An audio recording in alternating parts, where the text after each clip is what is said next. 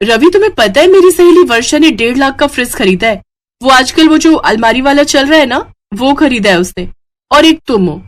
मैं तुमसे कब से कह रही हूँ कि एक माइक्रोवेव लेकर दे दो, वो भी नहीं लेकर देते हो। फ्रिज देखो इतना पुराना हो गया है। सुनो ना, हम भी अपनी रसोई में नए सामान लेते हैं, अपनी रसोई को नया बनाते हैं, बिल्कुल अमीरों की जैसी रसोई। शालिनी, तुम जानती हो शादी के तुरंत बाद मैंने ये फ्लैट लोन पर लिया था। अभी इसकी भी किश्त भर रहा हूँ, ऊपर से घर का खर्चा और भी बहुत सारे खर्चे हैं। मेरे लिए अभी इतने पैसे निकालना बहुत मुश्किल है। तुम्हारी सहेलियां बहुत अमीर हैं, वो ये सब आराम से ले सकती हैं, पर तुम तो मुझे समझ सकती हो ना। शालिनी रवि का हाथ झटक देती है और चाय का कप और प्लेट उठाकर रसोई में चली जाती है। किस्मत मेरी ही खराब है जो मैंने तुमसे शादी की। मेरे पापा तो मेरे लिए बड़े बड़े घरों के रिश्ते बता रहे थे, पर मैं ही पागल थी जो तुमसे प्यार कर बैठी और तुमसे लव मैरिज करने की जिद कर ली। एक तो पहले ही ठीक ठाक घर में पैदा हुई जहाँ इतने पैसे नहीं थे, शादी हुई वो भी ऐसे घर में जहाँ पर पैसे के नाम पर कंजूसी ही है, सूंघ सूंघ कर पैसे खर्च करो। शालिनी अभी बोल ही रही थी कि उसकी सास मंदिर से आ जाती है। वो शालिनी की बातें सुन चुकी थी। शालिनी बहू इतना बोलते हैं, कर तो रहा है रवि, और कितना करे बेचारा, पूरा दिन मेहनत करता है, तुम्हें तो सपोर्ट करना चाहिए। और तुम हो कि उसको सुना रही हो, उसकी कमजोरी का उसे एहसास दिला रही हो। एहसास दिलाऊंगी तभी कुछ करेंगे, वरना ये नहीं कुछ करने वाले। मुझे तो लग रहा है मुझे ही कुछ करना पड़ेगा, इनके बस का कुछ नहीं। मैं अपनी इच्छाओं को नहीं मार सकती। मैं अपनी सहेली अल्पना के घर जा रही हूँ, रात की रोटी माँ जी बना लेंगी, मेरा डिनर मेरी फ्रेंड के घर पर है। शालिनी मुंह बनाती हुई अपने कमरे में चली गई। रवि अपने काम पर चला गया और उसकी सास दूसरे कामों को देखने लगी। शाम के समय शालिनी अपनी सहेली अल्पना के घर जाती है। शालिनी जब कल्पना की रसोई देखती है तो वो हैरान रह जाती है। अल्पना की रसोई आलीशान थी, वहां पर भी सभी तरह के बढ़िया किचन इलेक्ट्रॉनिक रखे हुए थे। शालिनी की सहेली वर्षा भी वहां आई हुई थी। अल्पना, तुम्हारी रसोई तो बहुत अच्छी है, मेरी रसोई में तो ये सब है ही नहीं। तुम लोग ये सब कैसे इतना खरीद लेते हो? क्या हस्बैंड पैसे देते हैं या फिर और कौन देगा? हस्बैंड ही देते। जब शादी किए तो हमारे खर्चे तो उन्हें उठाने ही पड़ेंगे ना। लेकिन ऐसा नहीं है, वो मेरी ननद ना थोड़ी कम पैसे वाली है, तो जो फ्रिज मैंने लिया है उसे बहुत पसंद आया था, उसने भी खरीदा है, पर किश्तों में लिया है। अगर तू चाहे तो तुझे भी किश्तों में फ्रिज मिल सकता है, बस थोड़े पैसे पहले देने पड़ते हैं, उसके बाद तुम्हारी इंस्टॉलमेंट्स बन जाती है। क्या तू सच कह रही है? कितने पैसे देने पड़ेंगे? वो मैं अभी अपनी ननद से पूछ लेती हूँ, वो तो बहुत कुछ किश्तों में लेती रहती है।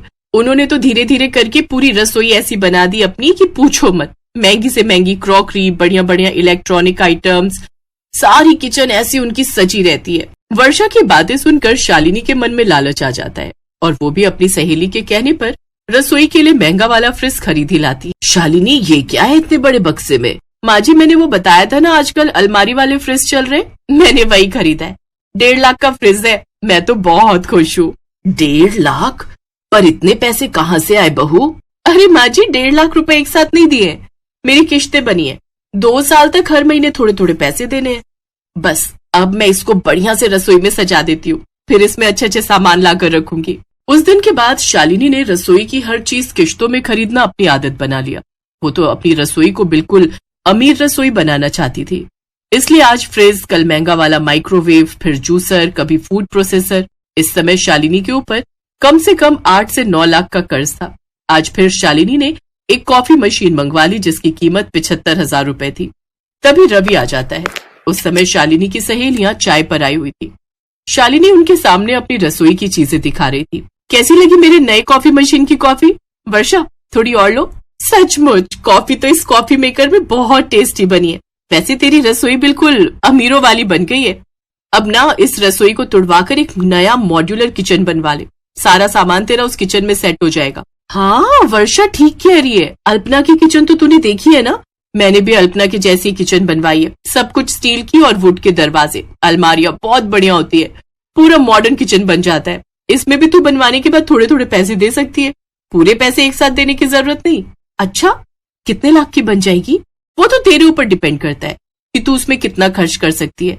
वैसे 1 लाख से 5 लाख के बीच में आराम से बन जाएगी। वो मैं तेरी बात कर दूंगी, है मेरी जानकारी में, वो थोड़े थोड़े पैसे लेकर बना देंगे। ठीक है, मैं प्लान करती हूँ। अच्छा, तुम लोग कॉफी पियो, मैं तुम्हारे लिए अपने नए एयर फ्रायर में बने स्नैक्स लेकर आती हूँ। शालिनी, रवि बहुत देर का आया हुआ है, मेरे कमरे में बैठा है, वो थोड़ा परेशान है। आप? अच्छा, मैं देखती हूँ। क्या हुआ रवि? माँ जी कह रही है कि तुम थोड़े परेशान हो। हाँ, वो हमारी कंपनी बंद हो रही है, तो इसी वजह से ये लास्ट मंथ है जो हम लोग जाएंगे। फिर अगले महीने से मुझे कहीं और नौकरी ढूंढनी पड़ेगी। तुम्हारी नौकरी छूट गई, पर तुम तो मुझे इस महीने कुछ पैसे देने वाले थे, इसीलिए तुम्हें समझाती थी बहू, पर तुम मेरी बात सुनती कहाँ थी। हमारे बड़े बुजुर्ग कह गए हैं कि जितनी चादर हो उतने पैर पसारने चाहिए।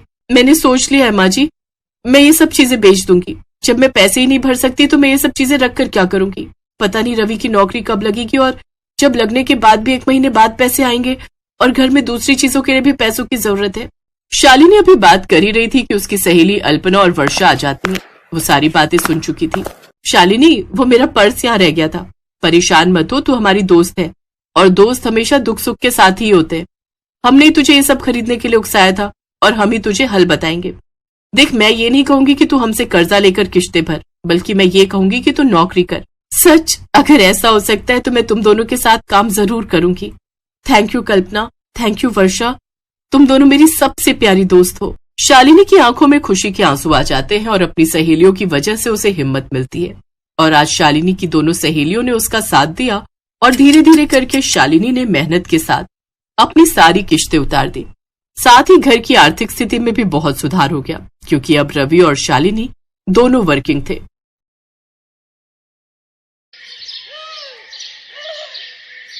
चलना अनन्या, किसी को उल्लू बनाते हैं। क्या सुकन्या, तुझे तो हर टाइम मस्ती सूझती रहती है। घर चल। चल लेंगे ना, पर पहले किसी को बेवकूफ बनाते हैं। नहीं, बहुत हो गया। उल्टे पुल्टे काम तू करती है और डांट मुझे खानी पड़ती है। और सुन, वो कल पड़ोसन आंटी के साथ क्या किया तूने? क्यों, कुछ कह रही थी क्या? हाँ, मुझसे कह रही थी कि आजा तुझे सबक सिखाती हूँ। बता तूने क्या कहा उन्हें? अरे कुछ नहीं, वो मुझे बहुत खड़ूस लगती है तो मैं उनसे भिड़ गई, और जब उन्होंने मुझसे कहा कि वो मम्मी से शिकायत कर देंगी तो मैंने भी कह दिया, यहाँ मैं भी देख लूंगी, मेरा नाम अनन्या है, अनन्या। इतना कहकर अनन्या गुस्से में सुकन्या को मारने के लिए दौड़ी, और सुकन्या अपने घर की तरफ भागने लगी।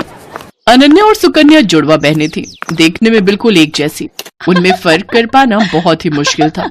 कई बार तो उनके माता पिता भी उन्हें पहचानने में धोखा खा जाते थे, और इस बात का सुकन्या बहुत फायदा उठाती थी। वो हमेशा कुछ भी शरारत करती तो डांट बेचारी अनन्या को खानी पड़ती। उस दिन भी घर देर से आने के लिए अनन्या को ही माँ से डांट खानी पड़ी। फिर शाम को, मिल गया सुकून तुझे? अरे यार, क्यों इतनी टेंशन लेती है? 1-2 साल बाद हमारी शादी हो जाएगी, फिर तू कहाँ और मैं कहाँ। सुकन्या धीरे धीरे और चालाक और कामचोर होती गई, और अनन्या उतनी ही मेहनती और संस्कारी। मगर दोनों बहनों की किस्मत ने उन्हें एक दूसरे से दूर नहीं होने दिया। दोनों बहनों की शादी एक ही घर में हो गई। बड़े भाई की शादी सुकन्या से और छोटे की अनन्या से।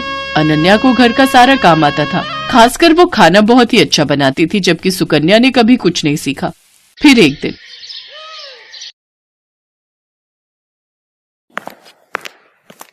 अरे बैठकर टीवी देख रही हो, पहले जाकर कपड़े तो धो लो। माँ जी, आप अनन्या को बोल दो ना, सुबह से मैं ही तो घर का सारा काम कर रही हूँ, बर्तन धोए और फिर खाना भी बनाया। अच्छा, सॉरी बेटा, मुझे लगा कि वो सब अनन्या ने किया है। नहीं माँ जी, सारे काम मैंने किए, वो तो बस अभी निकली है अपने कमरे से। अच्छा, रुको जरा, अभी खबर लेती हूँ उसकी। सरला गुस्से में अनन्या के पास गई जो झाड़ू लगा रही थी। दिन भर बस टीवी या फिर आराम, अब ये कोई टाइम है झाड़ू लगाने का? पर माँ जी। चुप हो जाओ, एक उसे देखो, अपनी बहन को, कितना काम करती है बेचारी। अपनी सास की बात सुनकर अनन्या समझ गई कि उसकी बहन सुकन्या ने उसकी सास को भी बेवकूफ बना दिया है। वो अपनी सास से कुछ नहीं बोली और चुपचाप झाड़ू लगाती रही। बेचारी अनन्या सुबह से शाम तक घर के सारे काम करती, लेकिन फिर भी उसे ही सास की डांट खानी पड़ती। फिर एक दिन, अरे बहू चल, मेरे साथ रसोई में आज मिलकर खाना बनाते हैं। ठीक है माँ जी, आप चलो, मैं आती हूँ। सरला रसोई की तरफ चली गई और सुकन्या सीधे अनन्या के कमरे में। अरे अनन्या, वो तुझे माँ जी बुला रही है खाना बनाने के लिए। अच्छा, बस अभी जाती हूँ। सुकन्या ने एक बार फिर अनन्या को बुद्धू बना दिया था, और बेचारी अनन्या को पता ही नहीं था कि उसकी सास ने उसे नहीं बल्कि सुकन्या को बुलाया है। उधर रसोई में, आ गई, कहाँ रह गई थी? चलो एक काम करो, तुम आटा गूंथ दो, मैं सब्जी काट देती हूँ। ठीक है माँ जी। अनन्या ने बहुत जल्दी और बहुत अच्छा आटा गूंथा था, जिसे देखकर सरला बहुत खुश हुई। और फिर, क्या बात है, इतनी जल्दी और इतना अच्छा आटा गूंथ दिया, अरे तुम अनन्या को कुछ सिखाती क्यों नहीं हो? उसे तो कुछ भी नहीं आता। अनन्या समझ गई थी कि उसकी सास सरला उसे सुकन्या समझ रही थी और वो ये भी समझ गई थी कि रसोई के काम से बचने के लिए कामचोर सुकन्या ने उसे सरला के साथ भेज दिया। उसे सुकन्या पर बहुत गुस्सा आया, लेकिन वो कुछ बोली नहीं। ऐसे ही वक्त बीतता गया। सरला की नजर में घर का सारा काम सुकन्या करती थी, रसोई सुकन्या ही संभालती थी, जबकि अनन्या सिर्फ दिन भर टीवी देखती थी। जबकि सच इससे बिल्कुल उलट था। और फिर एक दिन, अरे बेटी सुकन्या। जी माँ जी बताइए। उस दिन जो तुमने हलवा बनाया था ना, वो बादाम वाला, मेरा खाने का बहुत मन हो रहा है, मेरे लिए बना दो ना। इसमें कौन सी बड़ी बात है, लो आप टीवी देखो, मैं बस अभी लाती हूँ बनाकर। ना ना, मुझे तो खाना है ही, पर मुझे वो हलवा बनाना भी सीखना है, तो मैं भी चलती हूँ साथ। तुम बनाना और मैं देखूंगी। अब आप बैठिए ना माँ जी। अरे चलो ना, साथ में बनाते हैं। सरला जिद पर अड़ गई थी और उधर सुकन्या की हालत खराब हो रही थी, क्योंकि आज तक उसने कभी कुछ बढ़िया नहीं बनाया था। जबकि उसकी सास सरला को लगता था कि सुकन्या ने पूरी रसोई संभाल रखी है। लेकिन सुकन्या इतनी जल्दी हार कैसे मान लेती? उसने फौरन दिमाग दौड़ाया। अब माँ जी, मैं तैयारी करती हूँ, तब तक आप बादाम ले आइए। अरे मुझे अपने कमरे में जाना पड़ेगा, बादाम का डिब्बा वहीं रखा है, चलो मैं लेकर आती हूँ। जैसे ही सरला अपने कमरे की तरफ गई, तभी रसोई में अनन्या आ गई। उसने बिल्कुल सुकन्या जैसी ही साड़ी पहन रखी थी। तू जा, मैं देख लूंगी। पक्का ना? हाँ हाँ, मुझे पता है कि तुझे कितना हलवा बनाना आता है, जल्दी कर वरना माँ जी आ जाएंगी। अनन्या नहीं चाहती थी कि उसकी बहन को डांट पड़े, इसलिए वो सुकन्या बनकर रसोई में काम करने लगी। उसने अपनी सास को सुकन्या बनकर ही हलवा बनाना सिखाया। हलवा बहुत ही स्वादिष्ट बना था। सरला सुकन्या से बहुत खुश थी, क्योंकि वो तो अनन्या को सुकन्या ही समझ रही थी। फिर जाते जाते सरला ने अनन्या से कहा, बेटी सुकन्या, तुम ना अपनी बहन को भी समझाओ, मुझे तो उसे देखते ही गुस्सा आ जाता है। बताओ, तुम दोनों एक ही माँ की कोख से जन्मी हो, लेकिन तुम में और उसमें कितना अंतर है। सरला की बात सुनकर अनन्या को बहुत दुख हुआ। वो अपनी सास से सब सच कहना चाहती थी, लेकिन फिर अपनी बहन के बारे में सोचकर चुप रह गई। अगली सुबह सुकन्या जैसे ही उठकर रसोई की तरफ आई तो उसकी सास सरला ने उसका हाथ पकड़ लिया। ये क्या कर रही है माँ जी? आज तुझे नहीं छोड़ूंगी। तूने मुझसे हमेशा झूठ बोला, तुझे कुछ नहीं आता, और तूने हमेशा अपनी बहन की मेहनत को अपना बताकर आराम तलबी की, और वो बेचारी दिन भर रसोई और बाकी कामों में लगी रही, ऊपर से मेरी डांट भी चुपचाप सुनती रही। सरला लगातार सुकन्या को डांट रही थी। तभी सुकन्या ने फिर से झूठ बोलकर बचने की कोशिश की। नहीं माँ जी, मैं झूठ नहीं बोल रही, मैं तो खूब काम करती हूँ।